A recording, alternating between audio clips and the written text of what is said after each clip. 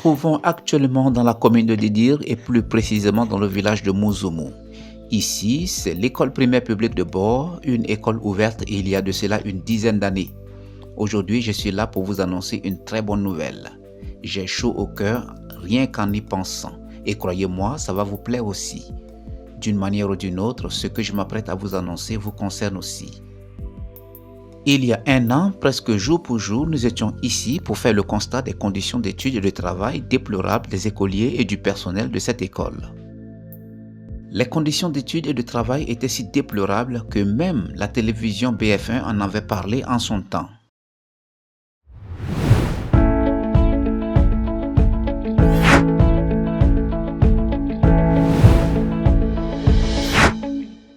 Comment comprendre qu'une école vieille de 10 ans soit encore à ce stade? La qualité de la plupart des bâtiments laisse à désirer. Il y a de fortes chances qu'ils soient endommagés davantage à la prochaine saison des pluies. En plus, il n'y a pas de cantine, pas de bureau, pas de petits marchés, pas même de point d'eau, pour ne citer que ces difficultés. Eh bien, comme vous allez le voir, les choses ont changé.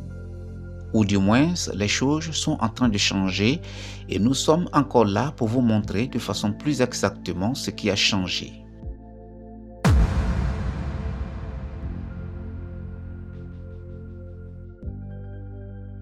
Comme par coïncidence, aujourd'hui c'est la clôture des activités scolaires de l'école, une fête qui a lieu normalement en fin d'année scolaire. En ces moments de célébration qui arrivent rarement dans le village, les petits plats sont soigneusement mis dans les grands pour non seulement réserver un accueil de grand jour aux premiers responsables administratifs de la commune, mais aussi veiller à ce que tout le monde soit satisfait. Dans mon établissement, il peut dire que beaucoup de choses ont changé. Nous étions dans ces classes au paillotes. Je me trouve avec deux bâtiments de 4 classes. Vraiment, je ne peux que remercier les autorités du pays. En plus de ça, nous avons de nouvelles toilettes, ce qui permet aux enfants de ne plus défecter en dehors. There's not much to do when all I can is thinking about you. Not doing well, don't know where you are, 'cause you're not here. Il y avait au programme comme activité une série de communications à l'endroit de tous les acteurs de l'école, une remise de gadgets aux meilleurs apprenants de l'année, des cadeaux en nature aux invités d'honneur et une séance de plantation d'arbres dans la cour de l'école. Je remercie d'abord les parents d'élèves pour cette mobilisation et félicite le directeur de l'école et son équipe qui se sont mobilisés pour que cette journée-là ait lieu. Parce que l'école de Bor a fait des résultats de 0% au CP 2023 et en 2024, les résultats ont évolué, ils sont allés à 88%. Et cette année, sur 23 candidats présentés au CP, l'école a eu 21 admis sur 23, ce qui leur donne un taux de 91,30%. Donc c'était une joie pour moi de venir ici pour féliciter les parents et l'équipe ancienne pour le travail abattu, pour leur engagement et les inviter à garder le cap pour que ce soit un départ pour que l'école puisse triompher. Alors, vous savez que l'arbre, après l'eau, c'est l'arbre.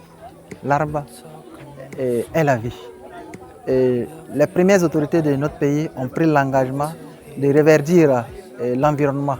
Et à cet effet, le 21 juin a été baptisé Journée de l'arbre. Donc, je remercie les parents d'élèves et l'équipe ancienne qui ont pris à bras le corps cette vision et qui ont décidé de faire de cet engagement une réalité en plantant des arbres. Et je les invite par cette occasion à les entretenir pour que lors de nos prochaines visites, que nous puissions venir trouver que les plantes qu'ils ont mis en terre, que toutes ces plantes ont survécu.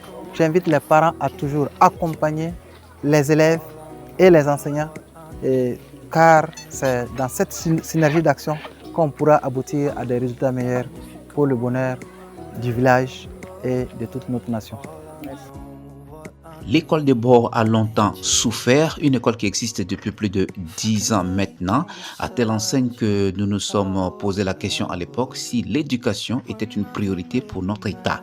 Aujourd'hui, c'est avec beaucoup de joie, beaucoup de bonheur que nous sentons le changement, un changement qui est intervenu seulement en l'espace d'une année. En l'espace d'une année, de bonne volonté ont mis la main à la pâte après avoir suivi notre reportage. Merci beaucoup à toutes ces bonnes volontés.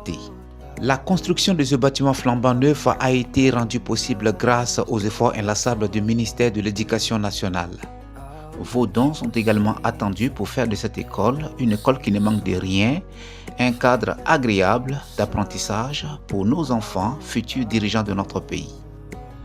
Donc, ce que nous voulons, nous demandons à l'autorité, c'est si on pouvait nous aider avec un forage. Et que vous-même vous constatez que les enfants, il faut parcourir 2 ou 3 kilomètres pour aller chercher de l'eau.